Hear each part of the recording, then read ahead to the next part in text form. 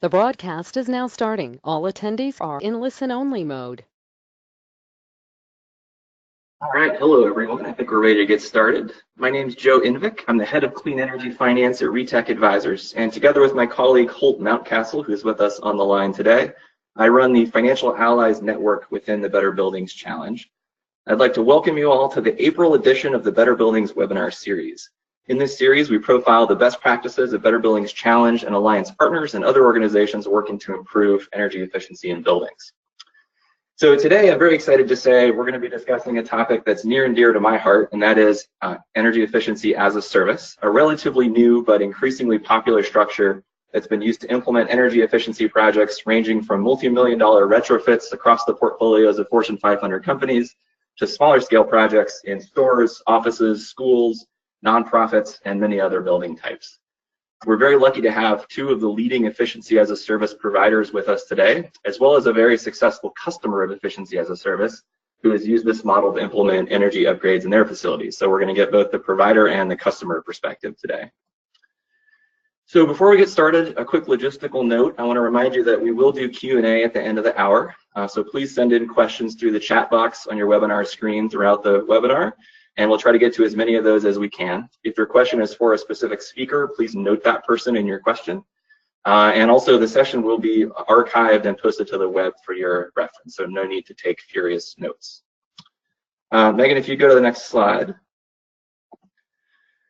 Before we jump in, I want to give a little high-level perspective on efficiency as a service, particularly for those of you who are unfamiliar with this. So if you've never heard of efficiency as a service before, the best way to think about this is as a new way to procure energy technologies for your facilities in which you pay for the energy savings and other services that that equipment provides without actually owning the equipment.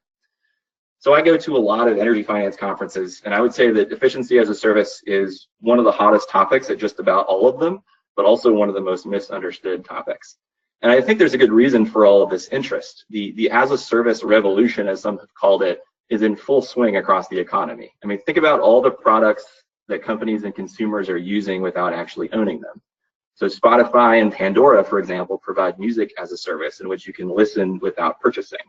Software as a service, or SaaS, is increasingly ubiquitous across nearly all sectors. In fact, if you're using your email or doing anything else on this webinar, which I'm sure you're not, then you at this time are probably using some form of software as a service.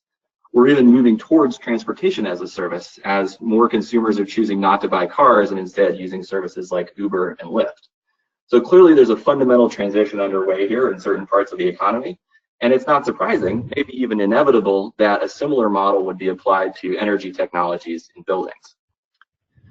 Now, I'll be the first to tell you that what we're talking about today is a far cry from Uber and Lyft, right? Hailing a car is very different than procuring LEDs and HVAC systems. And in fact, Asher from SparkFund is going to talk about some examples that are a little bit more comparable, specifically Xerox and Amazon Web Services. But the fact remains that organizations are increasingly finding it economically and operationally beneficial not to own the equipment that they use and benefit from in their properties. And I think that's really interesting. We don't know exactly how many efficiency as a service deals have been done, but we do know it's in the hundreds of millions of dollars at least, and that it's rapidly growing.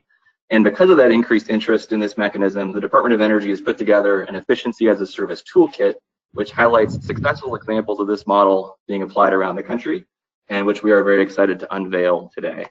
So I will now hand it over to my colleague Holt, who is the mastermind behind that toolkit. He's going to dive into the weeds on the specifics of how efficiency as a service works, introduce the new toolkit, and tee up the rest of our speakers as well. So Holt, please take it away. All right, thanks, Joe, and hello, everyone. I just want to share a few slides to set the stage before we get to our panelists. So first, what is efficiency as a service? So efficiency as a service is a pay-for-performance off-balance sheet financing solution that allows customers to implement energy efficiency projects with no upfront capital expenditure.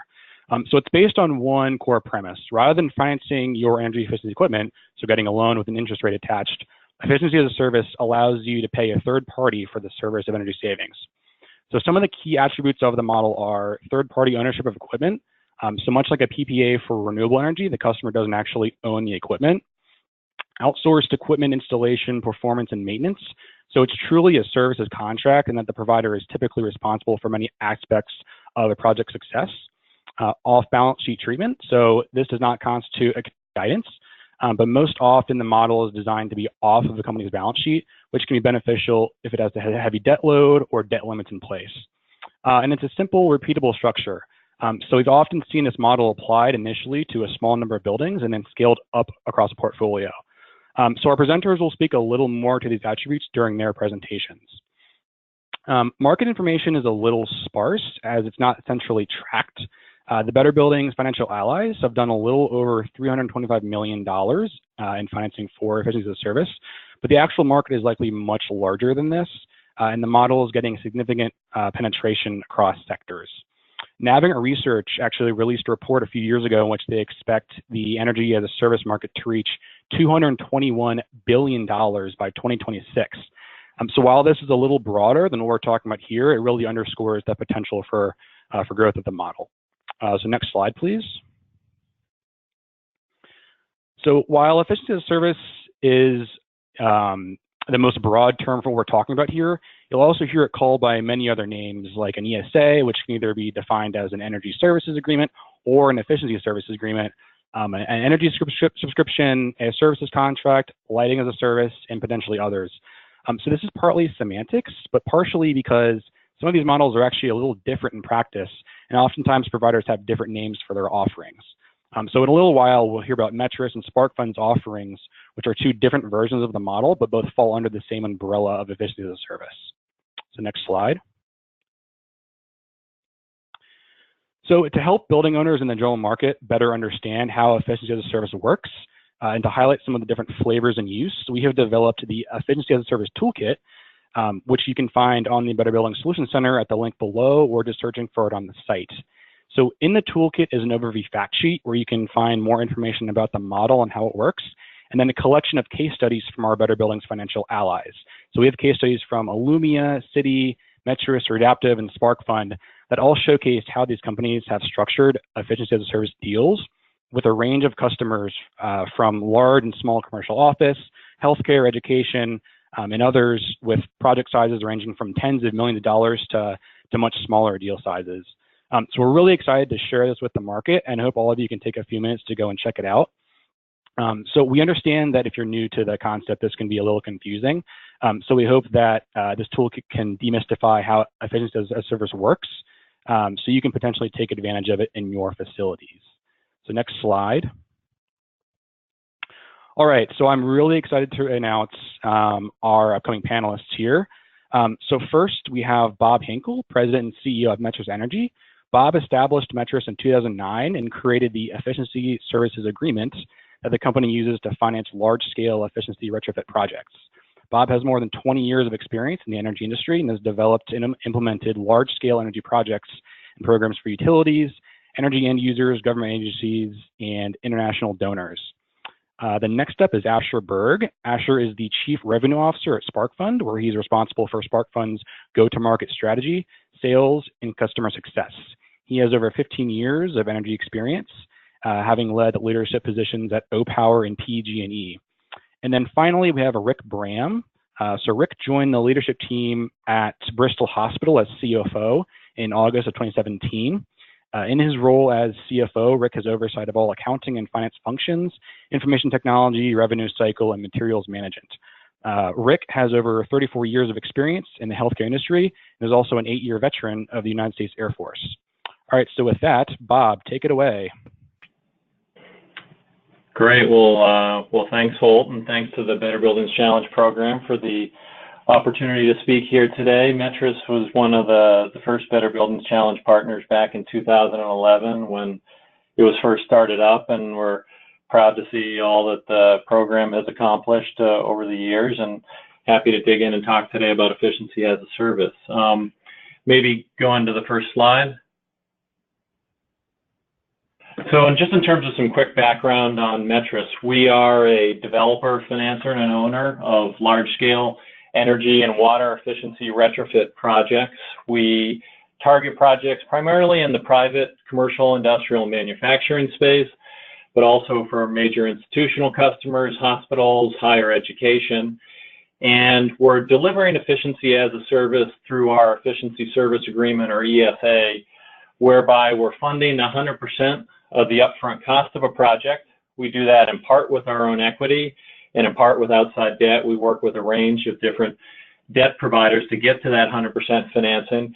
And then once a project is operational, we begin billing customers for the realized savings, having them pay a cost per unit of energy saved or water saved, so a cost per kWh of savings or a cost per therm and natural gas savings.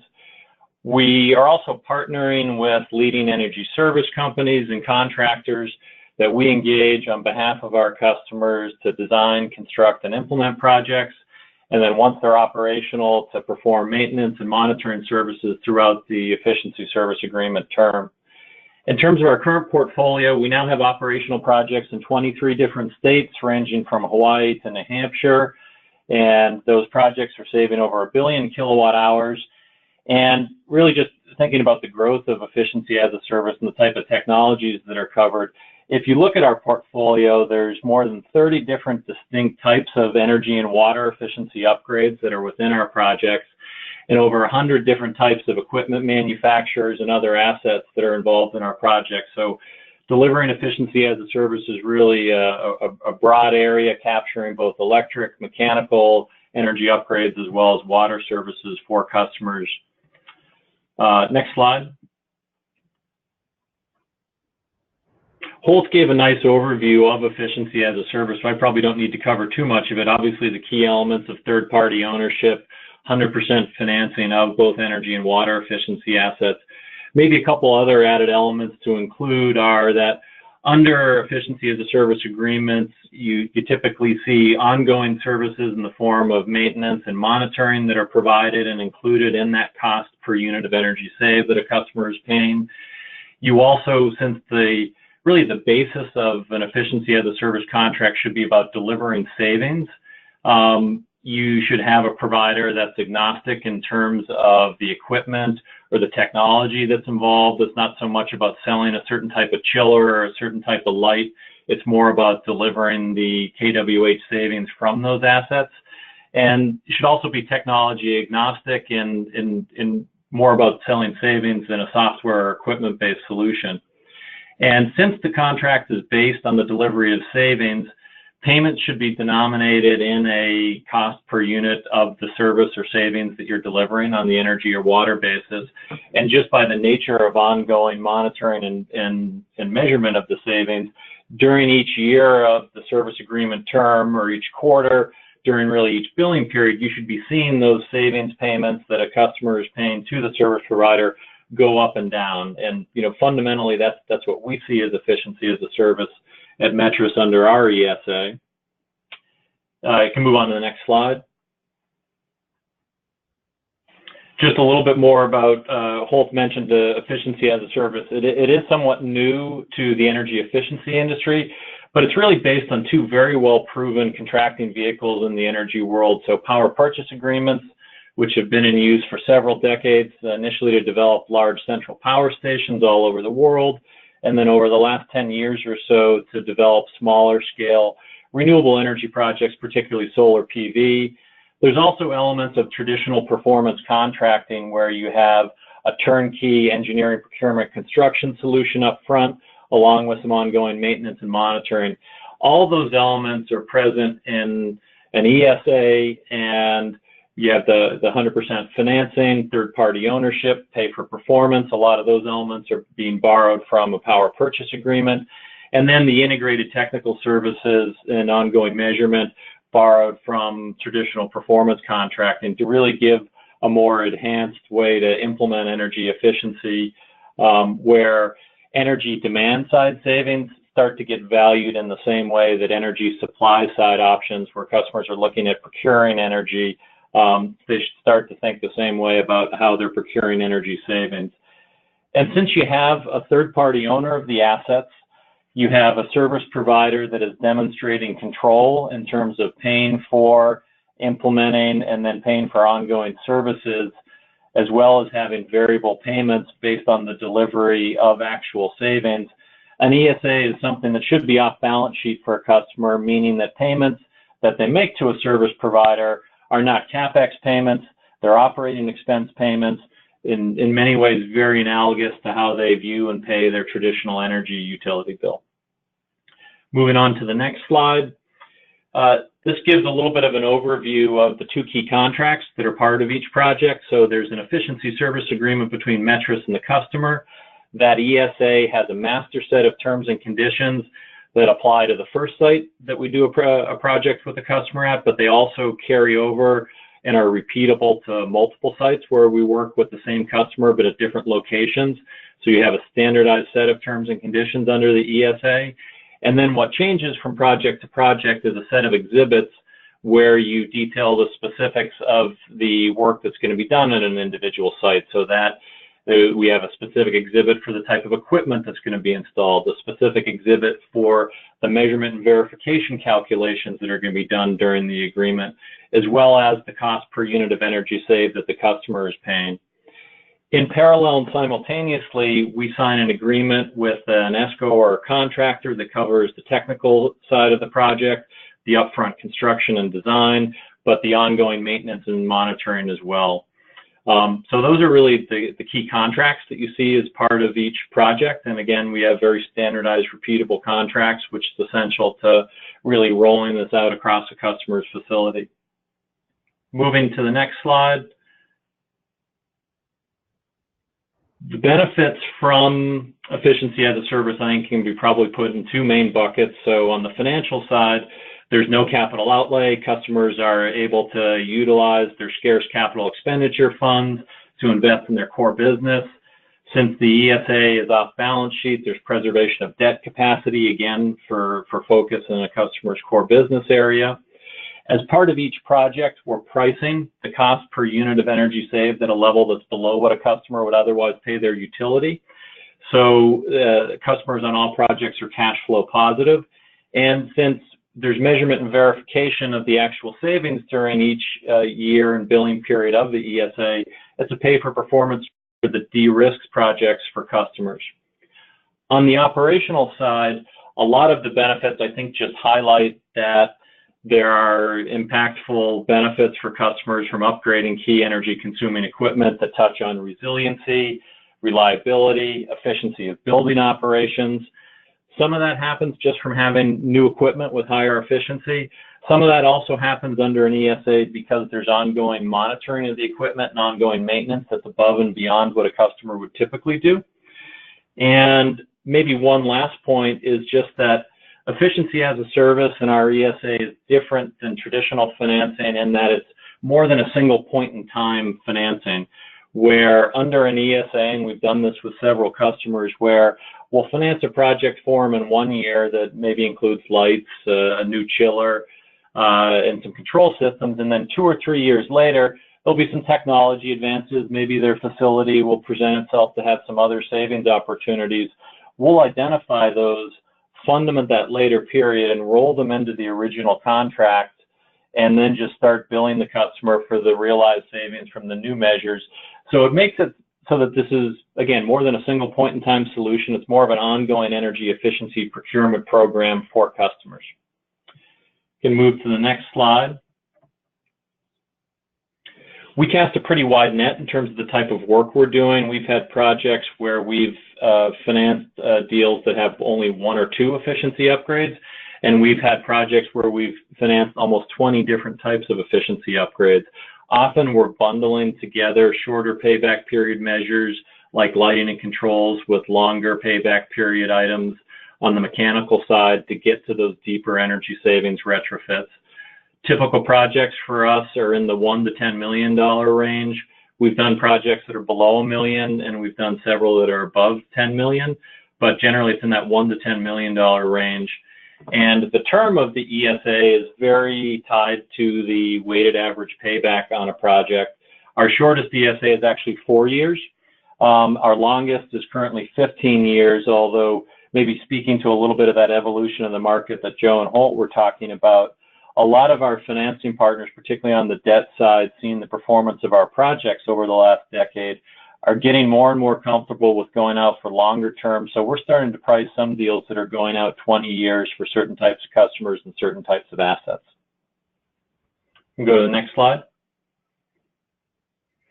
This slide just gives a quick snapshot trying to compare the ESA to what we typically see out there in the market as alternatives for the customers we're talking to.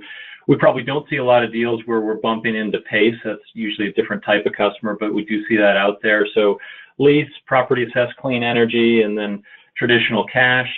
And on the left side, you'll see key attributes, which just highlight elements that are inherent to efficiency as a service agreement. So 100% financing, you see that for ESAs, leases, and PACE, and obviously not for cash.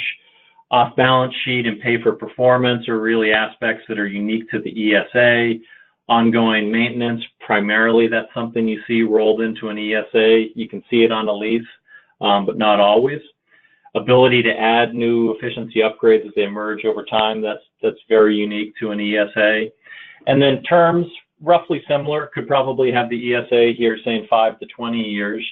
And then cost of capital is something that we're obviously not charging a customer a fixed principal or interest payment, but anytime you go to a customer and you start to talk about a project, you start with the cost per unit of energy saved discussion, but ultimately they'll want to know what the cost of capital would be on a project. So we're pretty transparent about that, and you can see it's not a major difference compared to other financing options. But then we usually pivot to the discussion of, okay, this isn't a loan with a fixed interest rate, it's something different.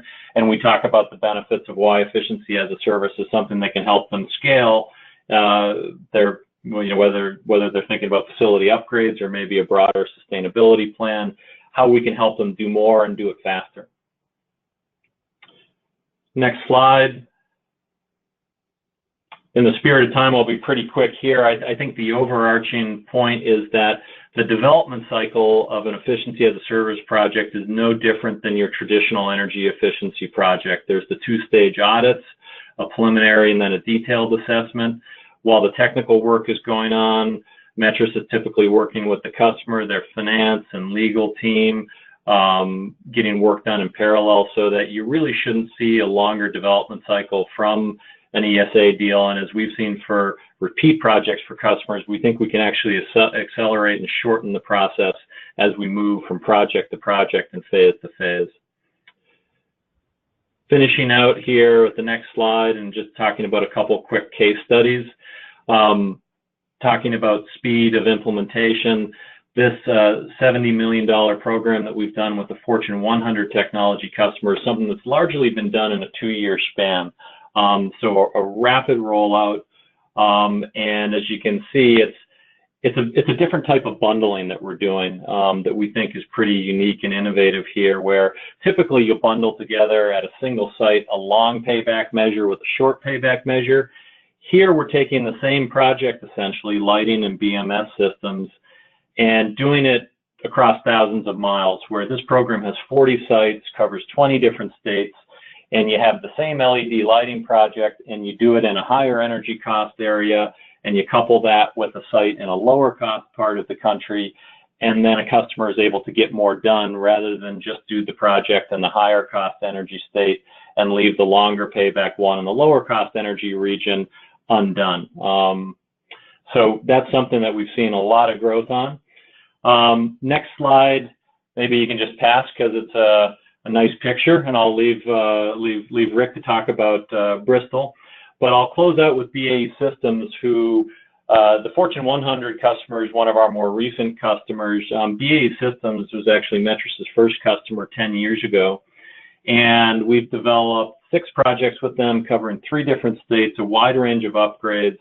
And some of our early stage projects with them are now into their 8th and 9th year of operation, and have been performing well, often exceeding expectations. And I think are something that as we're working and dealing with new capital partners and investors, they look to that track record and the performance. So it's an earlier stake in the ground for efficiency as a service, and our projects that have been working well. And maybe I'll stop there and can pick up some questions later.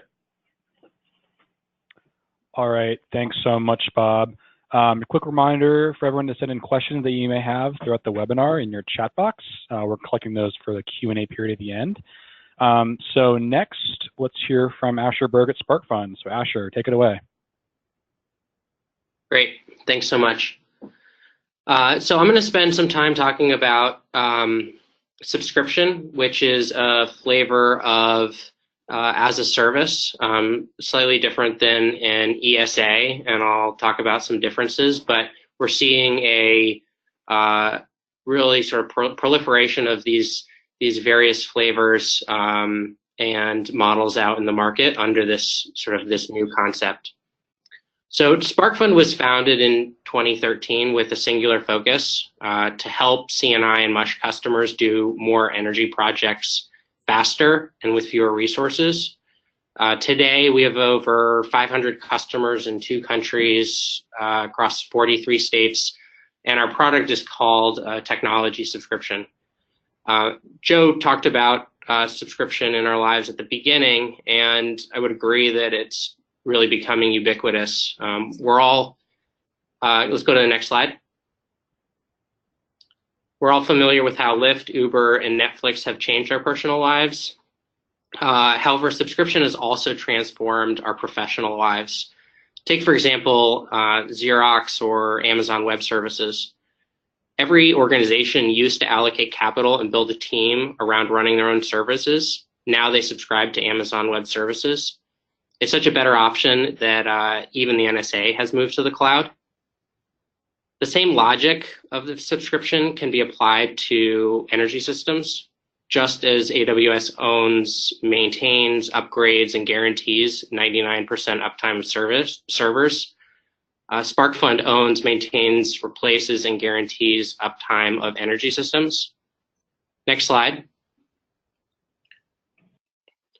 Today, we offer subscription to all the energy systems that deliver heating, cooling, lighting, resiliency, and now mobility. This means lighting, HVAC, refrigeration, backup generation and storage, EV charging, and building controls. So a wide range of technologies, and this is obviously different than a shared savings model. EVs don't produce savings. Neither does backup gen, and many HVAC projects are not cash flow positive, but they provide really important building function. Also, unlike a savings guarantee, 100% of the savings from the technology that we install and optimize go to the customer. The customer continues to pay the utility bill, and the customer continues to operate their systems without constraint.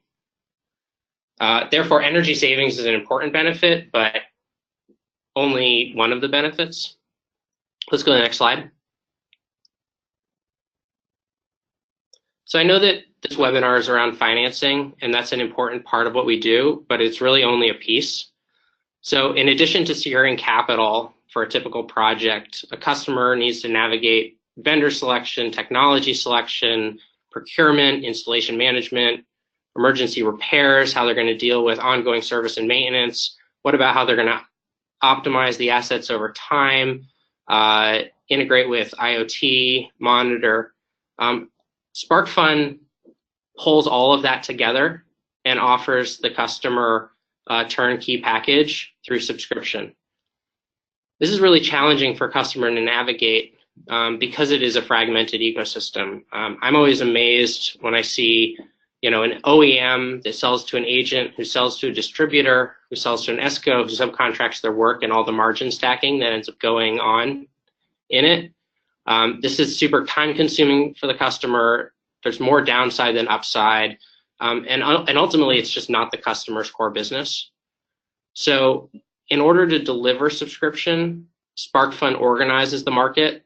We tap into the best installers, the best servicers. We provide a single point of contact for the customer, and we deliver the entire project. So I want to spend a minute now on this slide on the dark blue box with the subscription provider because it offers an important insight, I think, in terms of how the market is changing. So SparkFund offers technology subscriptions directly to customers. But we're also seeing a major shift in how energy players are thinking about behind the meter infrastructure. We partnered with Shell, for example, major contractors, a number of major IOUs who are white labeling the SparkFund technology subscription to provide it to customers in the market. They're really seeing energy technology in the building is an extension of the grid infrastructure that they currently deliver today. Let's go to the next slide. Okay, so the nuts and bolts of subscription. $0 capital outlay, does not involve taking on debt. The risk is transferred to SparkFund and our service providers, and monitoring and maintenance is included. The contract guarantees measurable benefits of the technology, guarantees performance of all the equipment, and is often termed as designed to be a service contract, which is often termed off balance sheet. The contract is also super flexible. It allows the customer to terminate at any point during the subscription for the cost of the underlying equipment, or transfer it, which is really important in terms of building ownership. And at the end of the term, the customer can take ownership of the technology, extend or upgrade, and continue on with subscription. Next slide. So I mentioned that finance was only a piece of subscription. Technology and software also play a major role.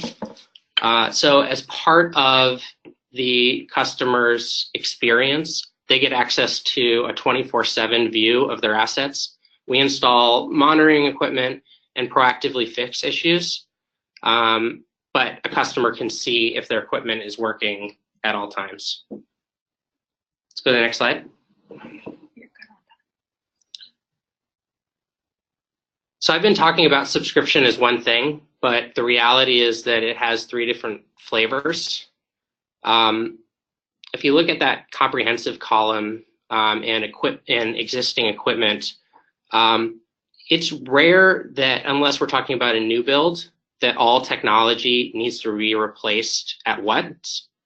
To address that, we've designed a subscription that can handle existing technology as well. So let's take a simplistic example of a quick serve restaurant with, say, 2 RTUs that need to be replaced and 2 don't. We can put all 4 under the same subscription. Next slide. Okay, so what does this actually look like to a real customer? So this is a customer of ours. It's a small private college, and the red line shows the existing maintenance and repair spend, as well as budgeted capital replacements for energy systems over an 8-year period. And the blue line shows the cost of subscription. So there's 2 things to point out. First of all, the area under the blue line is less than the area under the red line. And the second is that the blue line is predictable. Net for this customer across this range of technology that you see here, they ended up saving $4.5 million in terms of energy maintenance and capital spend. Let's go to the next slide.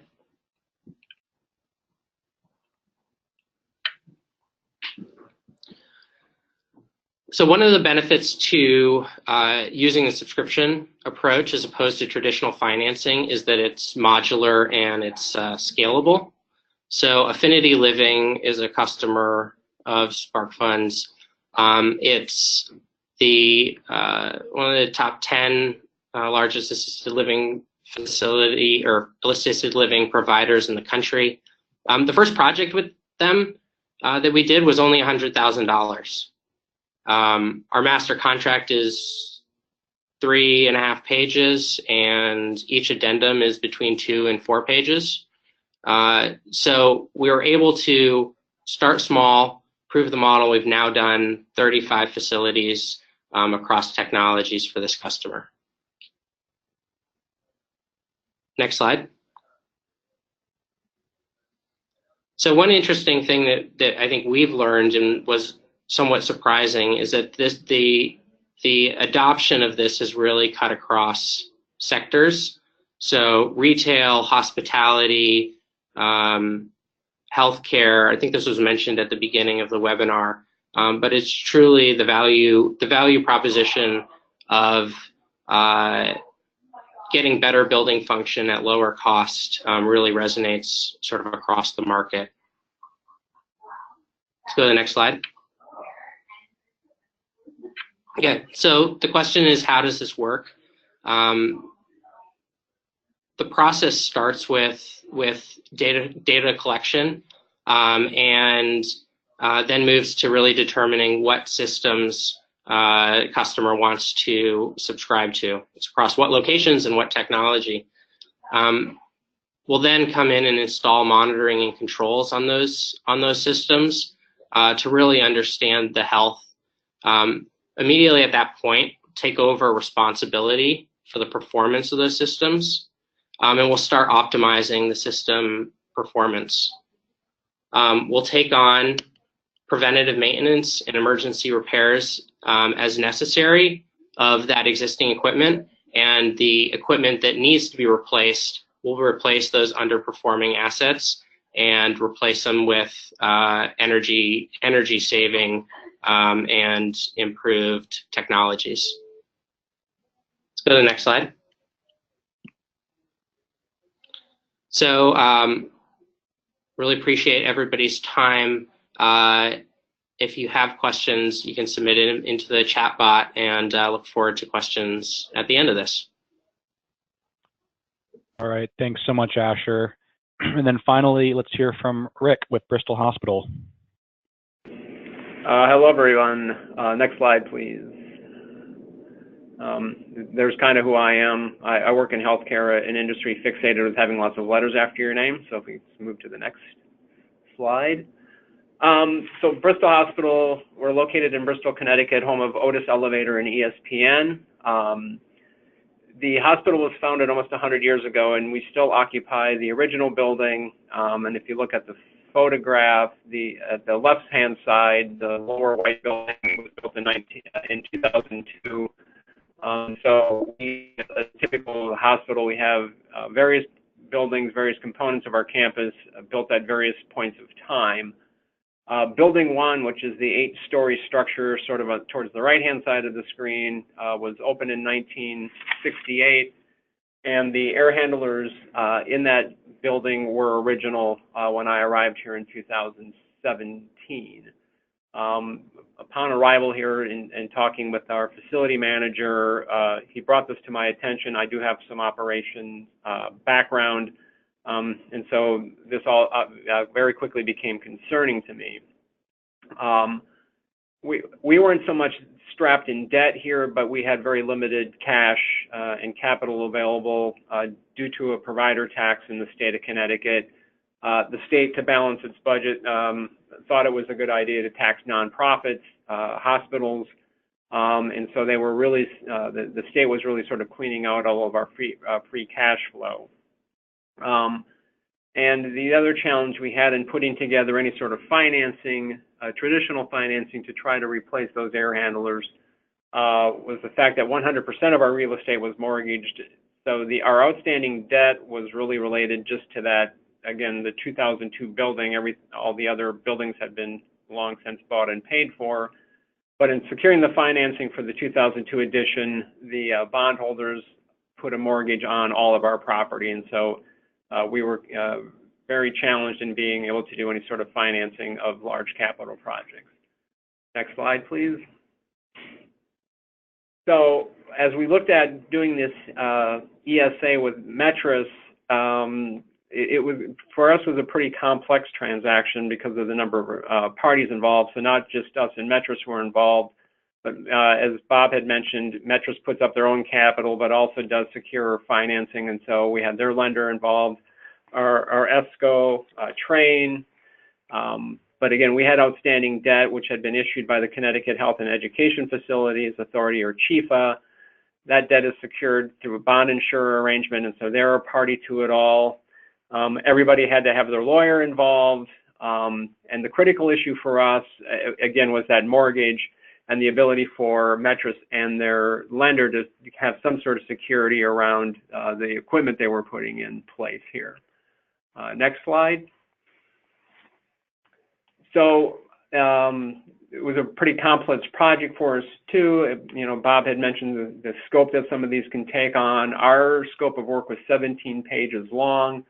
And in addition to the air handlers, to sort of get in a scope of savings on the project, we looked at replacing virtually all the plumbing fixtures and light fixtures on the camp, or in the main campus, and in our skilled nursing facility, which is about a mile away. Challenging aspect of the project is the fact that we operate 24/7, 365 with patients in beds and in direct care areas virtually all the time.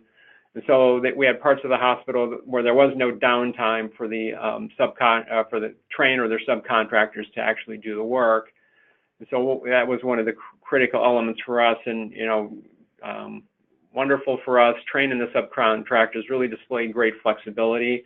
And as we were managing the project internally, there were many days because of just patient volumes or whatever, we had to sort of, they thought they were going to be working on one floor, and, we had to send them somewhere else to work. And so again, they were very amenable to sort of changing plans on the fly to help minimize the impact on our operations. And despite all of that, the project was completed on time. For us, it was about a 9-month timeline to get all the work done. Next slide. So the financial implications, again, it is off balance sheet, which a term that sometimes carries some negative connotations, but what it really means is we have no asset or liability recorded. We have no asset because Metris owns the equipment, and there's no liability recorded because this does not qualify as a lease arrangement. And we have, I looked at it internally, and our audit firm, Crow, reviewed it, the local office of the firm, and they sent it to the national office. And the key elements of this that really keep it from qualifying as a capital lease is the fact that Metris maintains or retains so much of the risk around it. And as Bob mentioned, those payments go up and down period by period because they're getting paid based upon the actual realized savings, generated by the reduced utilization of the energy. And so because they are maintaining that risk, it really does not qualify as any sort of a release of a leasing arrangement. And so again, due to that shared risk model, we are able to keep it off balance sheet. And I believe that's it. Pretty short and sweet on our impact. So I think one more slide, or that's it. All right. Thank you so much, Rick. So here are a few links to the Efficiency as a Service Toolkit, as I mentioned earlier, and actually 2 of the projects that our panelists mentioned during their presentations. So next slide. I want to quickly mention the Better Buildings Financing Navigator. So this is an online resource that helps public and private organizations find financing solutions for energy efficiency and renewable energy projects. So this is a great tool that you can use to see a list of financial allies and who offers Efficiency as a Service financing, along with contact information if you want to reach out to learn more about their services. So next slide. All right, so let's get to some of the questions. We've had a bunch come in, and I'm seeing more come through right now. So Bob, why don't we start with you, and then I have some for the group as well. So has Efficiency as a Service as a concept taken off in the industrial sector, and what barriers do you expect to see in the sector? Yeah, it definitely has taken off in the industrial sector. Our first projects were with BAE Systems at their industrial and manufacturing sites. So I think it's a key area where you do see a lot of the industrial manufacturing firms. There's scarce capital dollars there. BAE in particular came to us because they had a lot of deferred projects that just weren't meeting their internal hurdle rates and kept getting pushed off and pushed off. And with risk of potential equipment failure, it was something that they knew they needed a different solution to move. So I think it's really well suited to the industrial sector. We started off primarily with owner-occupied facilities. Our Fortune 100 customer, there's several sites that are not owned by that customer, and that's not unique just to them. There's other customers we have that don't own their sites, so we're dealing with mortgage holders and other groups, as Rick was talking about. So there's been a lot of evolution, and I think the industrial sector is pretty well poised there. Some of the constraints are with changing environments, customers that might be potentially leaving their sites, before the typical term of an ESA. Often a lot of those customers also have needs for longer payback period projects that sometimes they might not want to enter into a contract longer than 10 years. So sometimes there's just some economizing of projects to make sure we can do with what fits in within their real estate perspective.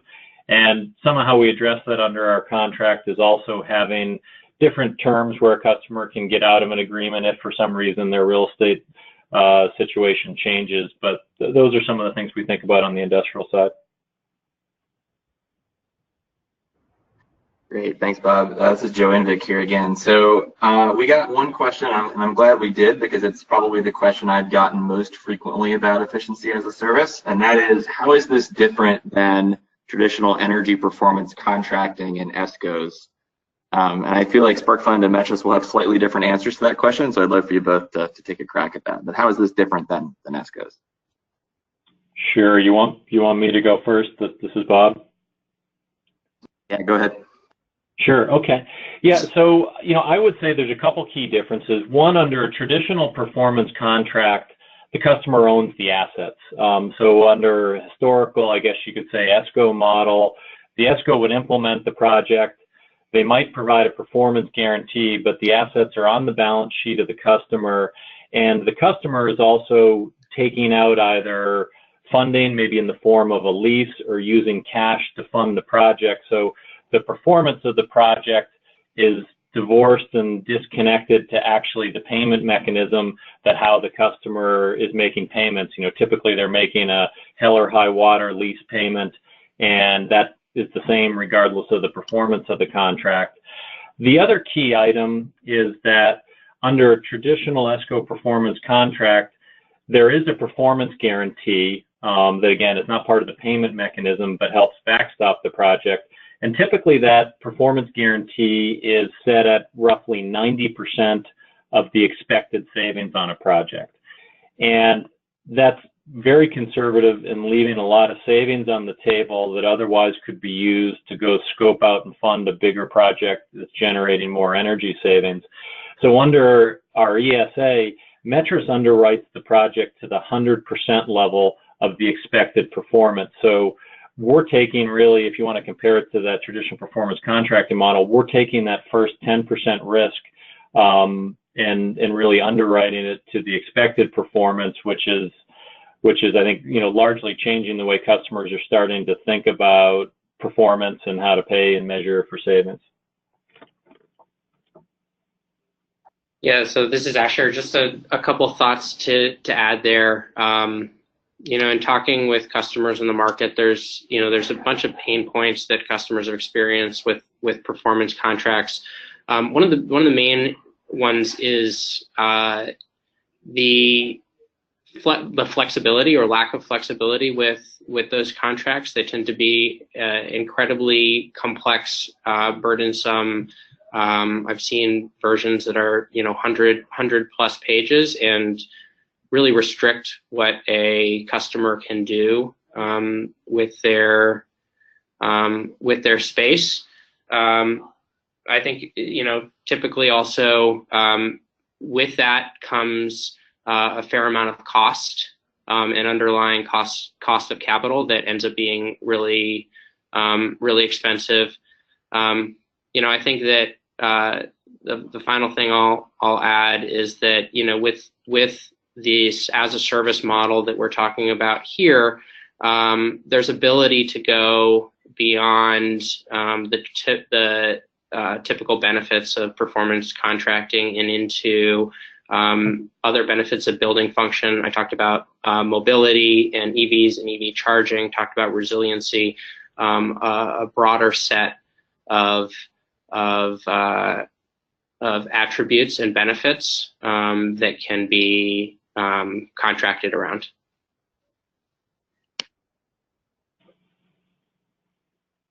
Awesome, thanks, Asher. So Asher, while we're on you. So I had a couple questions about SparkFund's model. So what is your customer's average monthly subscription cost? Yeah, it's a great question, and I could probably give a number, but I think that the answer really comes down to the amount of technology that we're looking at installing and what technology we're looking at installing. So in the subscription model,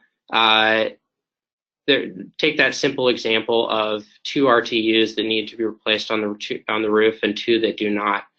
We're going to come up with a specific subscription cost that takes into account the fact that those 2 RTUs do not need to be replaced, but that we're going to be putting a guarantee of that performance on those RTUs. So it's going to be a lower subscription cost if less technology needs to be replaced, and it's going to be a lower subscription cost depending on the overall size and scope of the technology. But we do projects that start at $50,000 size and go all the way up to $10 million projects, and can handle this model and this modularity that Bob and I are talking about can handle that kind of fragmentation of various projects that really is important in the commercial sector, where you have that kind of building fragmentation across multiple buildings, multiple sites, multiple technology systems, not necessarily all one central campus or plant. Okay, great. And then one more. So do you develop your own building monitoring and control system, or do you use an existing one?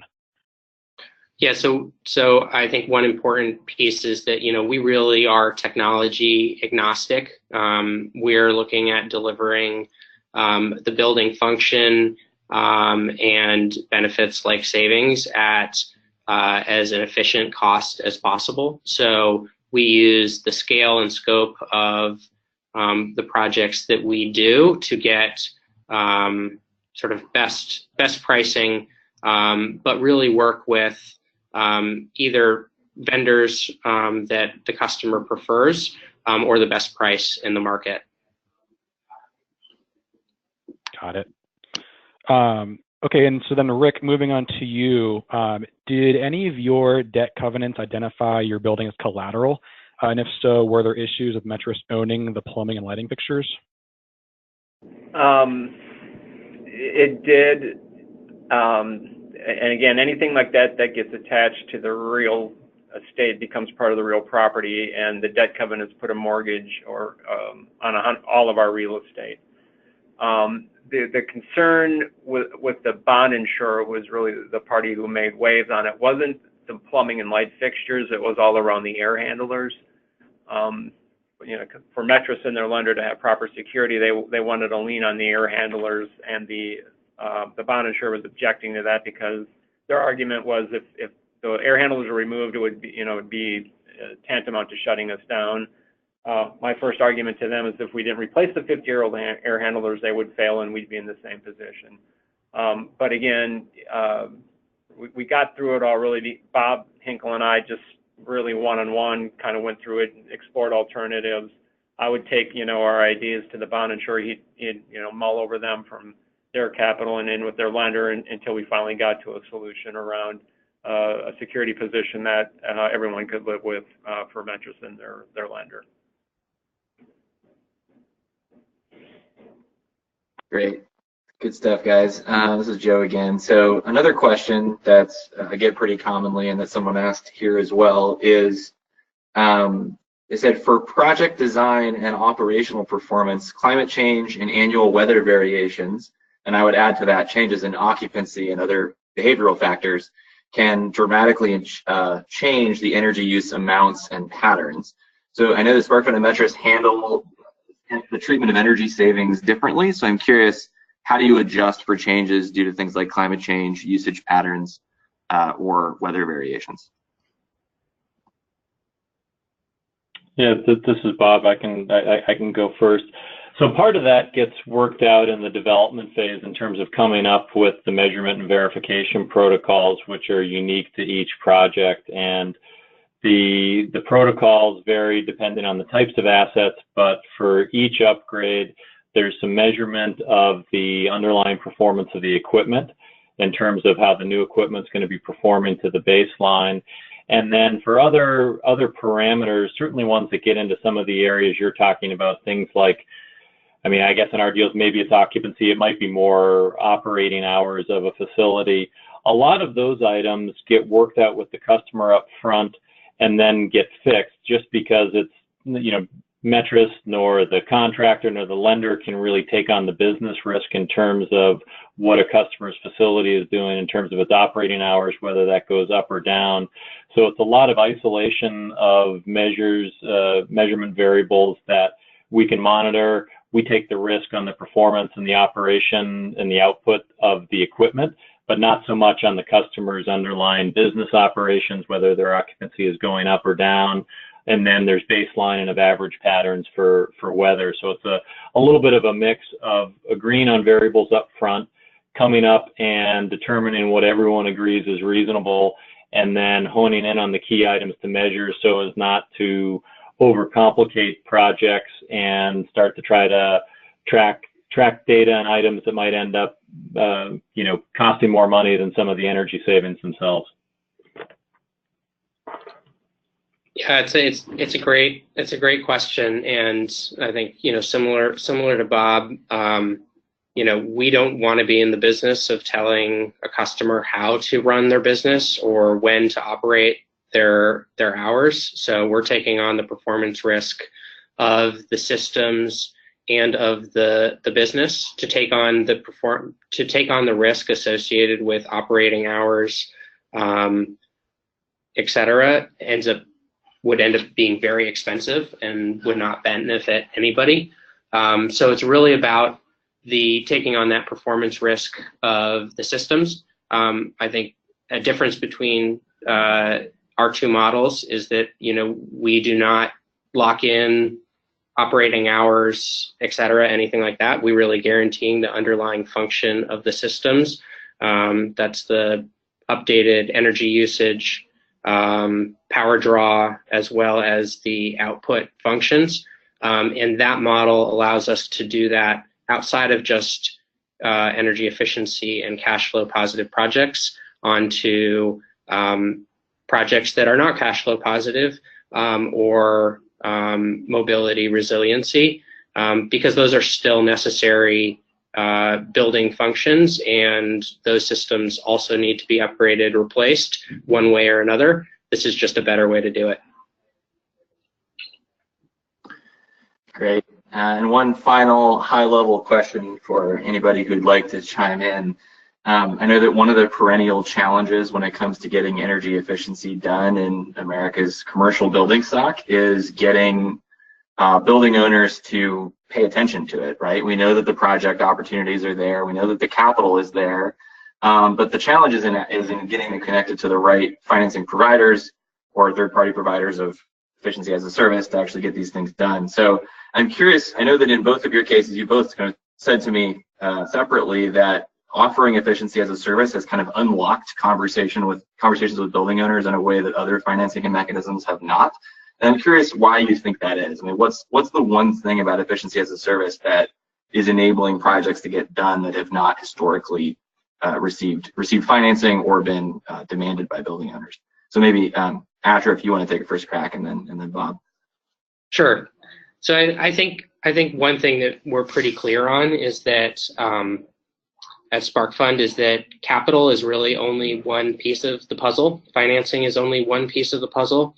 There are a lot of things that need to happen, and this is, you know, complex and messy stuff. It's not the core business of most of the customers that we're talking to procure, manage, optimize, maintain their energy systems, and they'd rather be spending that time, that capital, and frankly, the risk associated with those decisions on something that is core to their business, whether it's educating students or whether it's, making pizzas, whatever it is that they do. So this approach really is a more holistic approach that addresses more than just the capital piece and financing, and really delivers a solution that addresses that time, capital, and risk equation.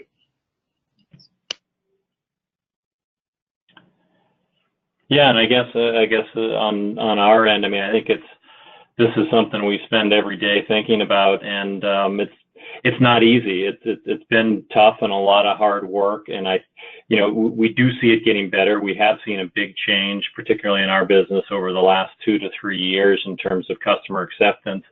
And part of it is, I think people are starting to understand the as-a-service model a little bit better. I think the good work that's been done on the renewable energy side with solar PPAs and having people, not pay for solar panels, but pay for solar electricity, I think that's resonating and getting better with customers. But it's still a lot of hard work. I think in the last couple of years, the changes we've seen are certainly customers that are trying to do more, whether it's aging infrastructure. If you look at the average age of buildings in the US, over 80% of the buildings are 20 years old. So I think things are catching up on customers in terms of their deferred maintenance and work that needs to get done. I think that's part of the equation that's moving things along. And then also, we are pleased to see, and it's been a long time coming, customers that are starting to move because of climate change or climate reduction targets, where they have pretty bold targets, and the years are coming pretty quick to when they want to get this work done. And then you get back to the traditional problem, and what we always chase with customers is that they always talk about, well, maybe I'll use my own capital for some of this in a couple years, and they inevitably don't. I think now people, because of climate change or facility improvement needs and deferred maintenance, are having to act and seeing this as a nice solution, as Asher was saying, that's integrating financial but also technical upgrades together in a way that if they look at it, they're not paying anything during the development phase, they're not paying anything during construction, they just start paying once these projects are operational, and that's starting to take hold.